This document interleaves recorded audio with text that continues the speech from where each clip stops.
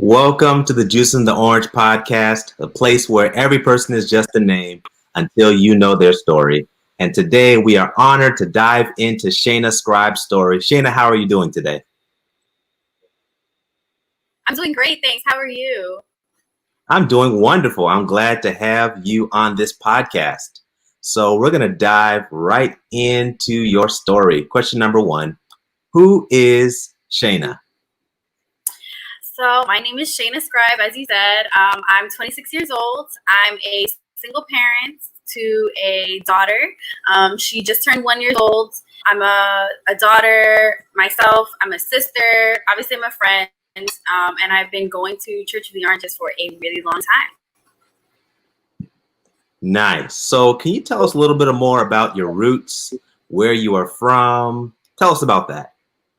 So I was born and raised in Orange. I was literally born right around the corner from church. I was born at Orange Royal Hospital before it closed down. But my ethnicity is I'm Indian. I'm completely 100% Indian. But I grew up in Orange, and I've never actually even been to India. But I do love the culture. Like, I love the food. I love the music. I love the language. I love the movies.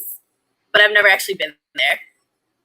Interesting. Never been to India, but you are of Indian descent. That is dope. Yes. So can you tell us a little bit about your spiritual journey and how you ended up attending the Church of the Oranges?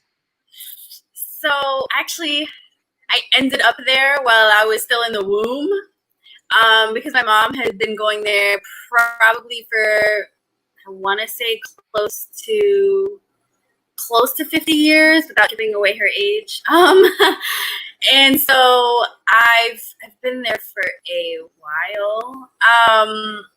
I literally born there. I was dedicated there. My mom started taking me there when I was like 40 days old. So I literally grew up at Church of the Oranges, never moved my membership anywhere else. But my journey has definitely been a roller coaster. When I was a child, like, I absolutely loved going to church.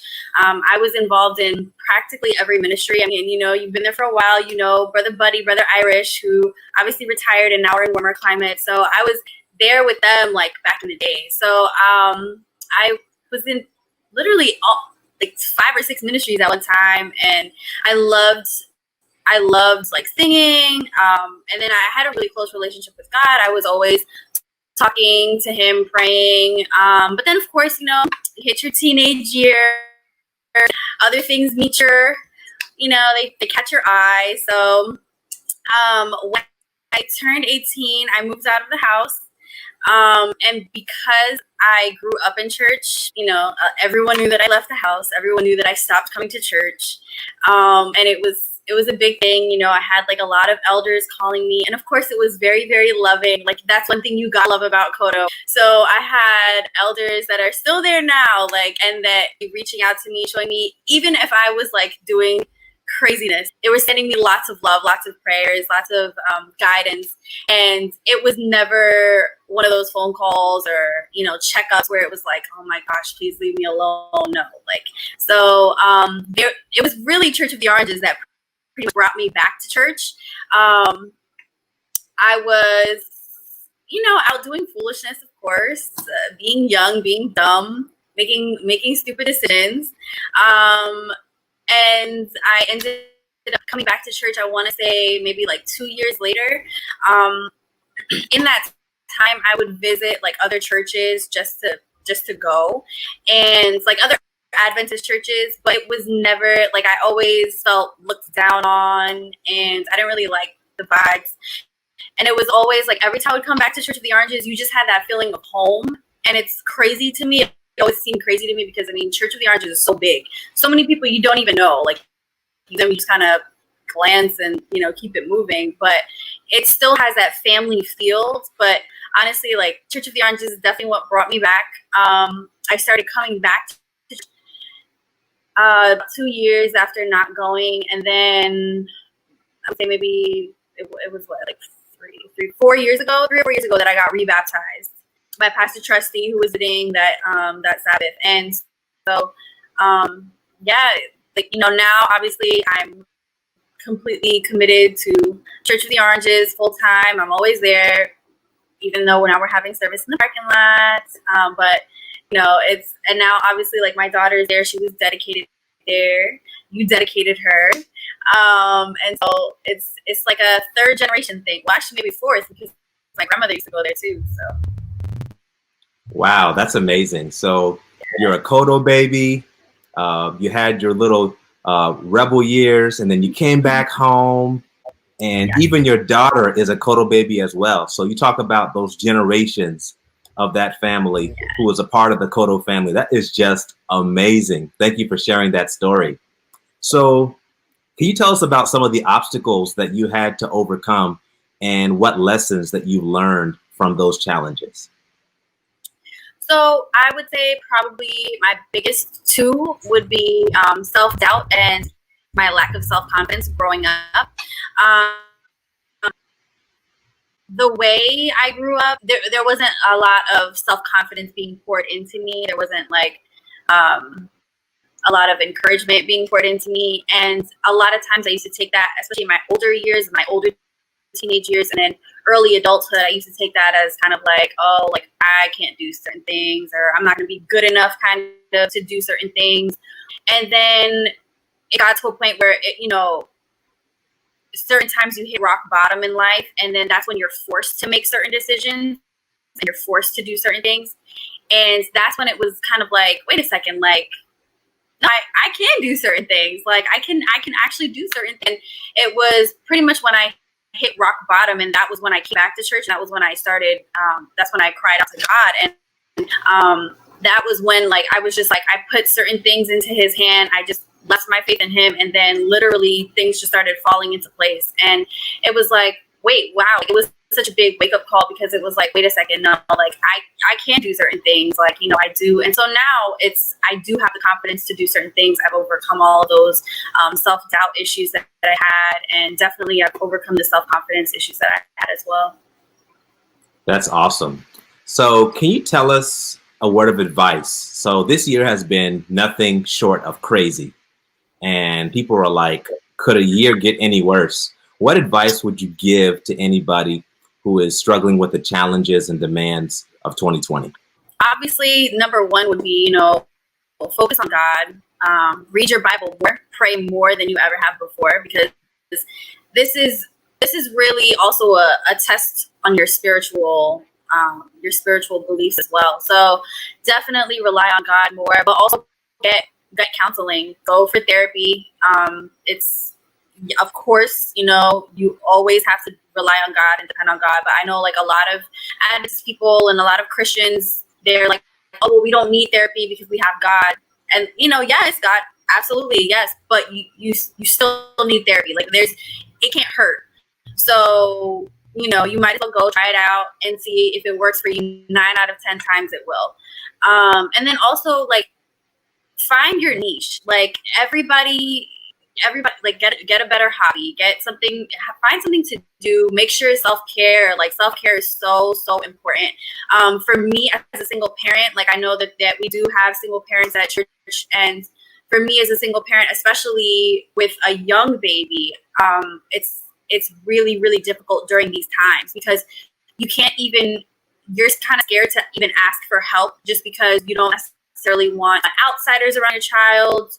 Even for a while, like my mom works at like a Care One facility, and it's like, okay, she's around patients and stuff. Do I even want her to come and help me, or her to come even see her grandchild? But it's like after a while, you do need to reach out for help, and you have to put the rest in God's hands, because you can't be worried about everything and then lose your mind at the same time. So even if it's doing something little for yourself, like setting aside an hour a day to or go outside. Like I make sure that I go for a walk outside every day, if it weather permitting, so I can get fresh air, sunshine, some exercise, and not just be stuck inside the four walls, because I also work from home. So it's even more difficult for me, because I don't even go to like a job. I don't even go to an office or anything. Like I work from my house. So Pastor Shatter will tell you, like, you see me just walking on the street, like, but go for a walk, like go take this sounds really, really silly, but take like a long, relaxing bath, especially if you're a single parent. As soon as your child goes to bed, go take advantage of that. Light a candle, read a good book, and also one of my things that I've learned for me works is don't spend too much time on your phone, on social media, or looking at the news, because it's depressing. The things that are going on, it's depressing. You read about certain things in Revelations and, in the Great Controversy and all of these books that we grew up on. But when you're actually reading real life stories that are going on, it's depressing. And of course, you need to be aware about what's going on in the world, but you don't need to dwell on it so much. So definitely take time, like putting your phone aside. And even people, if you're not like me and you live in like a house where there's people around you live in, like, your family is there, everybody should put their phone aside for like an hour a day and just play a board game, read a book together, do some kind of art and craft, like get a coloring page. Like they even have adult coloring pages now. It's the holidays. Like do something fun, bake something, make something, but find something that will take your mind off of the things that are going on, because it's trash. 2020 has been trash. That was some great advice. Self-care is crucial, and it is okay to unplug from social media, to unplug from the news headlines, because those notifications won't stop. There will always be a headline, but there is only one you. And so make sure you take care of yourself. So you kind of talked about some of your hobbies. Can you also share with us about some of the things that you're passionate about? Oh, wow. I'm passionate. One of my biggest things I'm passionate about is mental health. I feel like it's so important, especially like suicide and depression. That's something that I've struggled with. It's something that I've lost a lot of people to. At a young age, I've lost people at the earliest age of 15. And an Adventist girl, someone who actually grew up at Church of the Oranges, and we lose a lot of people to depression and suicide, and it's not something that we really talk about or we like to talk about, but it's definitely something that should be talked about more. And I feel like with a lot of things, if you like all of the things that I said before, as far as like my hobbies go, obviously depending on God and reading a lot and taking walks or whatever, a lot of that will help you with your mental health. Because if you're not so focused on things that are bringing you down, you're obviously going to put your mind somewhere else in a more positive place. And that's going to help you come out of it. Therapy will help you come out of it. But I was depressed for a really long time. I suffered from depression for a really long time. I tried to commit suicide 3 times. And thank God, obviously, I'm still here today. But it's definitely something that I'm very, very passionate about. We recently lost someone to suicide as well, and so it's something that, especially as people, especially young Adventist people, a lot of us are scared to reach out for help, and a lot of us are scared to even talk about it. They're scared to even bring it up with other church folks, and yeah. Thank you for mentioning this important topic, because there are many people struggling in silence, and they are struggling with their emotions, and they want to do these things to themselves, commit self-harm. But we want you to know, if you're listening to this podcast, you don't have to struggle alone. Reach out to somebody. There are more resources than you know about. There are people who care about you and love you and want to see you thrive. And so don't suffer alone. So thank you, Shaina, for mentioning that and for highlighting and stressing the importance of community. So a lot of people have heard, maybe some people haven't heard, but in a few moments, you are planning on uprooting your flag from New Jersey and placing it somewhere else. Can you tell us about where you plan on going, and why in the world are you leaving New Jersey? So I am moving, for those of you that don't know, I'm moving to a town called Hickson, Tennessee. It is right outside of Chattanooga. And I just figured it was time for a change. I've been in Essex County for all 26 years of my life, and it's not where I want my daughter to grow up. So, prices down there, they're great. There's a really large Adventist community, which is really great, especially like during these times. I don't know about some of you, but like I really believe that we're really living in like the last days. You know, we're counting down, and I don't want to really be in Jersey. So I figured, well, it's time to relocate and leave some things behind. Well, we're sad to see you go, but we wish you God's blessings and the very best as you transition down to Tennessee. And Tennessee is a beautiful place, lots of nature, and you get to experience the 4 seasons. So we are sure that you will do well there. Can you tell us a little more about some of the goals that you would like to accomplish in the next 5 to 10 years, aside from leaving New Jersey? What else would you like to accomplish?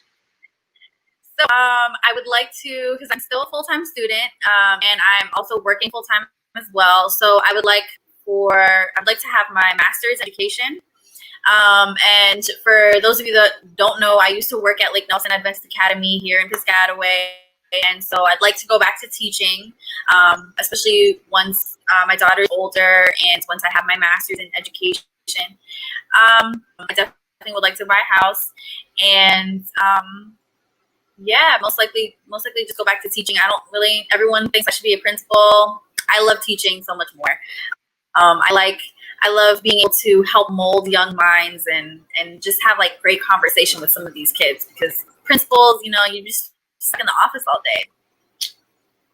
Yeah, I hear that. You want to be on the front lines, making an impact. And everybody knows that teachers are the real MVPs anyways. That's right. Before we go, if you could change just one thing about the Church of the Oranges, what would that be? The location. I would love to move it to Tennessee, right? Like I would love to just up the whole church but obviously this is not possible. So honestly, there's nothing I would really change about COTO. Like I said, it's so many church members, but it's such a family. It's such a family feel. I've never really had any bad experiences in 26 years, and that says a lot. Like even when I was pregnant, there were so many people that didn't know the situation, didn't know the story, and you would think, well, I would have thought that, like, you know, you're just gonna assume like, oh, she just went and got pregnant and that's it, and you know, they were probably just gonna look down on me. And you know, my thing was growing up with all of these people, and especially the older generation, I felt like they were going to come crazy and be like, oh, Shaina, why would you do this? When I left church, when I came back, like, same thing. People were just so happy with me, and it was never a feeling where they were judging me at all. So we have some great people, great generations of people. We have great young people. You heard it first, church. There's nothing that she would change about the Church of the Oranges, and you all are perfect. So thank you, Shaina, so much for sharing your story and for sharing your heart with us. We're going to miss you and Samara, but we wish you God's blessings as you transition to Tennessee. But thank you so much for sharing today on the Juice in the Orange podcast. Thank you so much. Thank you so much for having me. I'm going to miss you guys so much. And thank you everyone for watching the Juice in the Orange podcast. And we'll see you next time.